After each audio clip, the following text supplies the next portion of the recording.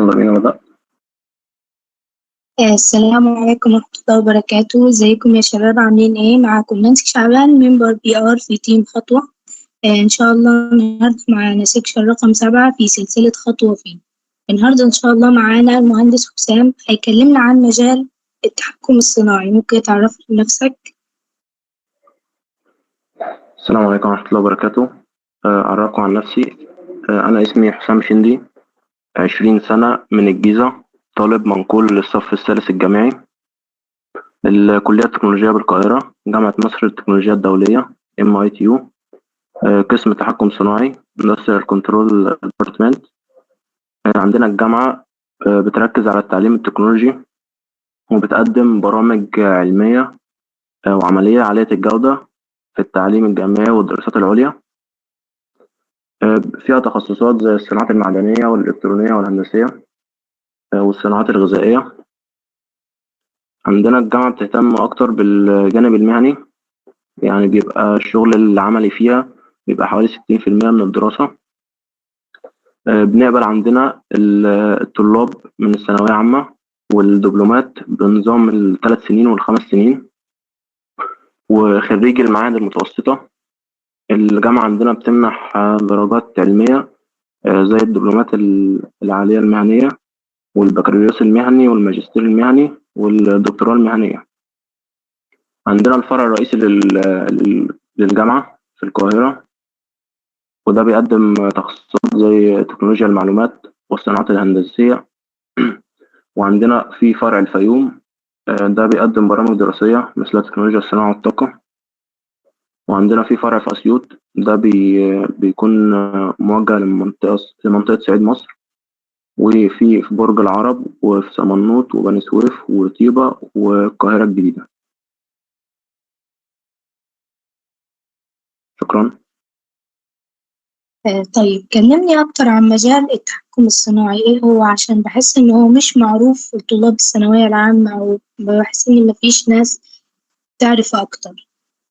هو فعلا مجال التحكم الصناعي مجال لسه مستحدث في مصر، لسه محدش يعرف عنه كتير في مصر زي باقي المجالات. تمام. يعني التحكم الصناعي مجال هندسة عندنا بيركز على تصميم وتطوير وتنفيذ الأنظمة في التحكم في عملية الإنتاج الصناعي في خطوط الإنتاج في المصانع، بهدف التحكم الصناعي لتحسين الكفاءة والجودة والأمان في العمليات الإنتاجية باستخدام تقنيات التحكم الحديثة مثل الحواسيب والروبوتات والمستشعرات. يعني دي بيكون أكتر في حتة الأتمتة أو الكنترول، بيحاول يقلل من العامل البشري في الأنظمة عندنا بأقصى نسبة ممكنة. طيب إيه المجالات العمل اللي ممكن لو حد تخصص في المجال ده ممكن يشتغلها بعد الدراسة؟ عندنا أول حاجة ممكن تشتغل كمهندس أتمتة. ده بيصمم الأنظمة، أنظمة الأتمتة في العمليات الإنتاجية. ده زي وحدات التحكم القابلة للبرمجة الPLC. دي بتبقى وحدات عندنا بتبرمجها إنها تاخد قرايات مثلا من مشغلات أو حساسات معينة، دي على أساسها بتعمل أكشن معين. وعندنا في برضو مهندسين الروبوتات، دول بيبقوا مسؤولين عن تصميم وتطوير الروبوتات التي تستخدم في الصناعات، زي الأطراف زي اللي هي الأيدي الآلية والكلام ده كله اللي بتبقى في المصانع. وفي عندنا برضو ممكن تشتغل كمهندس صيانة، ده بتبقى مسؤول عن صيانة الأنظمة الصناعية في المصانع. والفنيون دول اللي بيقوموا بالفحوصات الدورية في قلب الأنظمة. ممكن تبقى مدير مشروع، دول اللي بيخططوا وينفذوا المشاريع وتركيبات الأنظمة الصناعية الجديدة والتحديث منها. ممكن تبقى مهندس استشاري، ده اللي بيقدم الاستشارات الفنية للشركات لتحسين العمليات الصناعية. ممكن تشتغل بقى في مجالات البحث العلمي والتعليم والحاجات الأكاديمية. ممكن تبقى باحث في تطوير التقنيات الجديدة لتحسين عمليات الصناعة عندنا وزيادة الكفاءة. ممكن تشتغل كمطور، ده اللي بيطور البرامج وأجهزة ويعمل أجهزة جديدة تستخدم في التحكم الصناعي. في مجال التدريب والتعليم بقى، ده ممكن تشتغل كمدرب، إنك تروح للفنيين والمهندسين في المصانع، تديهم تريننج أو تبقى مسؤول عن تدريبهم. ممكن تشتغل كأستاذ جامعي، زي بقى كمعيد أو كدكتور في جامعة في الدراسات العليا بقى. تمام، شكرا. طيب ايه الدافع اللي خلاك تختار التخصص ده بالذات؟ الدافع اهتمامي للتكنولوجيا بشكل عام. كان نفسي أخش حاسبات أو حاجة ليها علاقة بالبرمجة، بس طبعا التوجيه المسار بتاعي دخل في حوار التحكم، ولقيته مش بعيد قوي، لأن في برضو برمجة وفي حاجات بقى زيادة، لأن أنا مش ببرمج بس، مش بيبقى سوفت وير بس، بيبقى في عندنا جزء كهربي، جزء إلكتروني، جزء ميكانيكي، بيبقى لامم معظم مجالات كتير، يعني بيبقى مجالات واسعة في الشغل جدا. طيب ايه الادوات والبرامج اللي بتستخدمها في فترة الدراسة بتاعتك؟ أول حاجة وأهم حاجة البي ال سي، ده اختصار لبروجرامبل لوجيك كنترولرز. دي بتبقى أنظمة تحكم ذكية مبرمجة. دي بنستخدمها، دي حاجة مطورة عن أنظمة التحكم القديمة. كان عندنا الأول أنظمة التحكم كان بيبقى نظام سويتشات أو بوش بوتونز، بندوس على واحد يشغل، ندوس على واحد يطفي. لكن دلوقتي البي ال سي ده بيبقى عن طريق سنسورات، كله شغل اوتوماتيك، ان السنسور ده يحس بحاجة معينة او الحساس ده بيحس بحاجة معينة، على اساسها بيروح للبي ال سي سيجنال او اشارة، على اساسها يشتغل او يعمل اكشن معين. في عندنا انواع كتير منه، زي شركات شنايدر ومستبيشي وسيمنز. وفي برضو برامج زي برامج برمجة زي جي اكس وركرز وار اس لوجيكس. وعشان نراقب العمليات اللي موجودة والأنظمة، بنستخدم عندنا أشهر حاجة عندنا في المجال اللي هي السكادا سيستمز. دي بتكون وظيفتها مراقبة العمليات وجمع الداتا والتنبيهات لو في أي أعطال أو في أي خطر عندنا في النظام. بتكون مسؤولة عن المراقبة التامة للنظام عندنا. وفي حاجة مشابهة ليها بس بتكون أسهل كواجهة، اللي هي HMI Human Machine Interface. ودي وظيفتها بتزود المشغلين بواجهات مرئية للتحكم في العمليات ومراقبتها. وعندنا أيضا برامج المحاكاة والتحليل. دي البرامج اللي بنعمل عليها سيميوليشن أو محاكاة. مثلا لو بدل ما نكلف في تجربة حاجة معينة على أرض الواقع، لا إحنا نعمل لها سيميوليشن الأول أو محاكاة للواقع. ودي عندنا حاجة زي الماتلاب، ده برنامج بيستخدم في الحاجات دي. والسيميولينك دول بيستخدموا للتحليل والتصميم أنظمة التحكم. دي ممكن نصمم بيها مصنع بالكامل أو محطة توليد بالكامل، محطة توليد كهرباء، بدون ما نكلف نفسنا موارد أو ماديات. تمام. طيب ايه المهارات الأساسية لو في طالب بيفكر إن هو يتخصص تحكم صناعي بس مش عارف المجال بشكل عام بس عشان يكون ناجح فيه؟ يعني قبل ما تخش المجال لازم يكون عندك معرفة بالأنظمة الكهربية والإلكترونية، حتى لو بيزكس في الموضوع، بس لازم يكون عندك معرفة بيهم. يعني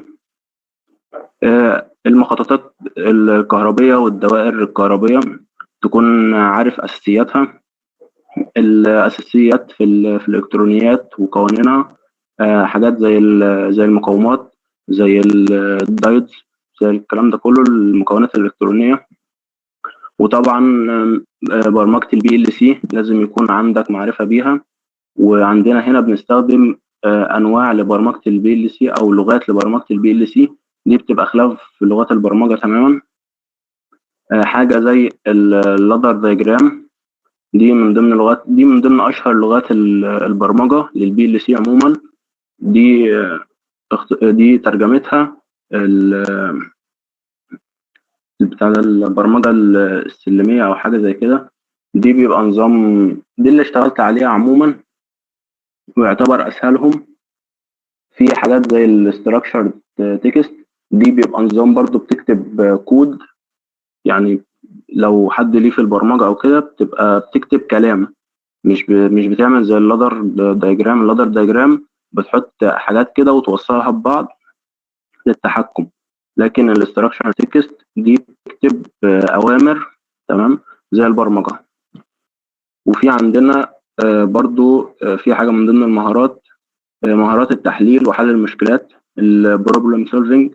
دي برضو مهارة مهمة جدا لازم تكون عندك. حتى في أي مجال، في معظم المجالات بتبقى محتاجة بروبلم سولفينج.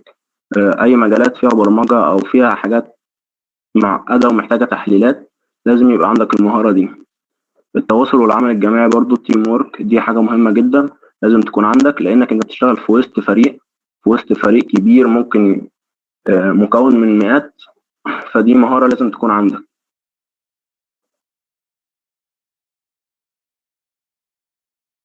طيب إزاي بتتعامل مع الضغوطات الدراسية في المجال ده؟ إن هو حاسة مجال بيجي كبير. أول حاجة لازم ننظم الوقت بتاعنا، نستخدم جداول زمنية ونعمل خطط لتنظيم المهمات بتاعتنا، ونقسم المهمات الكبيرة لمهمات أصغر، وعشان نقدر تبقى قابلة إن احنا نديرها أو ننجزها. يعني نبقى حاطين خطط نمشي عليها. تاني حاجة إن احنا نتعاون مع زملائنا، بنشاركهم في المشكلات وفي التفكير عشان نوصل لأحسن حل. الاستراحة والاسترخاء، لازم يكون عندنا فترات راحة ما بين كل حاجة نعملها. يعني مش كل حاجة برضو شغل، يعني بيبقى فيه فترات راحة كده ما بين الشغل بتاعنا.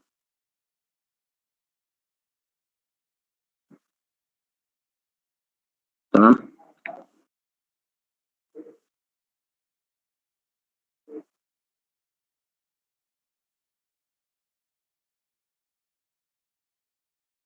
تمام.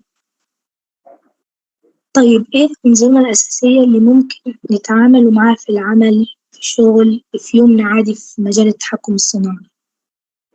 أول حاجة عندنا أنظمة التحكم. أنظمة التحكم زي ما قلنا فوق في الPLC، تمام. دي أنظمة التحكم القابلة للبرمجة. في عندنا نظام تاني اللي هو ال DCS. دي بتستخدم في العمليات الكبيرة والمعقدة، زي محطات توليد الكهرباء. دي بتبقى نظام كبير. الPLC بيستخدم مثلا في خط إنتاج في مصنع، فبتبقى حاجة سهلة. دي بالنسبة لأنظمة التحكم. أنظمة المراقبة، في عندنا بيبقى نظام السكادا سيستمز زي ما قلنا. دي بتراقب العمليات عندنا وبتتحكم فيها عن بعد.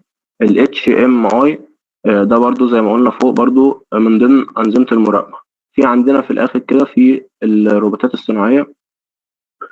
دي حاجات اللي بتسهل علينا جوه العمل بتاعنا، زي السيارات والإلكترونيات، لتحسين الإنتاجية والتقليل من الأخطاء البشرية. بيبقى ده جزء الأتمتة.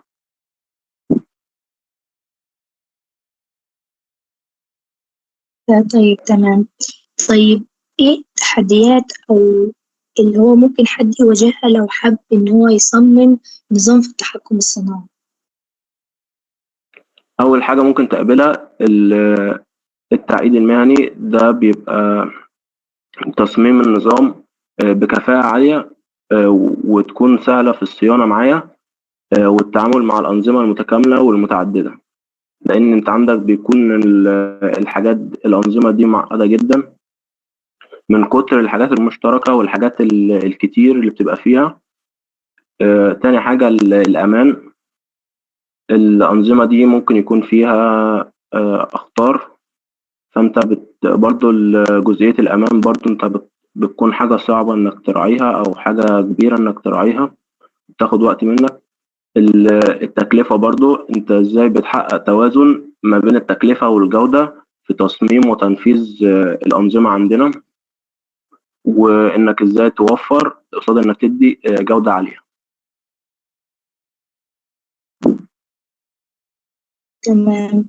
طيب لو في حد بيفكر إن هو يدخل التخصص ده بعد ما سمع الحلقة وعجب التخصص، إيه اللي ممكن تديهم مثلا الناس اللي رايحة السنة الجاية للتخصص ده نصايح عشان يبقى يعني المجال يبقى ليهم أسهل وأحسن؟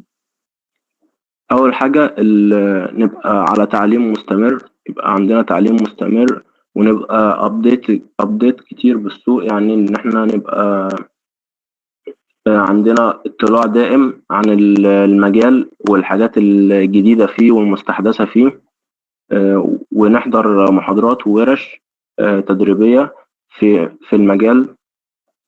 التدريب العملي دي حاجة مهمة جدا، إنك تدور على فرص تدريبات في شركات، أو برضو كورسات أو تدريبات صيفية. بناء شبكات وعلاقات، إنك تكون أي حد تتعرف على أي حد ضمن المجال ده، تتواصل مع ناس محترفة في المجال، بتنضم لجمعيات مهنية ومنظمات صناعية في ضمن المجال ده. أي حاجة ليها علاقة بالصناعة عموما. الاستفادة من الموارد التعليمية، تستفيد عندك الإنترنت، تمام، تدور على تدريبات، كتب، مقالات، أي حاجة في المجال، تحاول تجمع داتا على قد ما تقدر، وبجانبها برضو تحاول تمارس المجال في جزء عملي. وأهم حاجة في أي مجال صناعي عموما، مش شرط التحكم الصناعي، إنك الجزئية اللي اتكلمنا عليها في الأول تبقى على تحديث وعلى إدراك كامل للحاجات اللي بتنزل جديدة في السوق.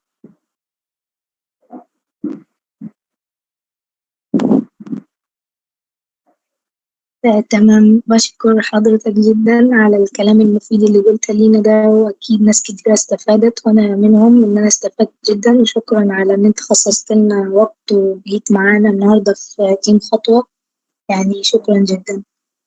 شكرا لحضرتكم جدا، ودي إضافة كبيرة ليا إن شاء الله.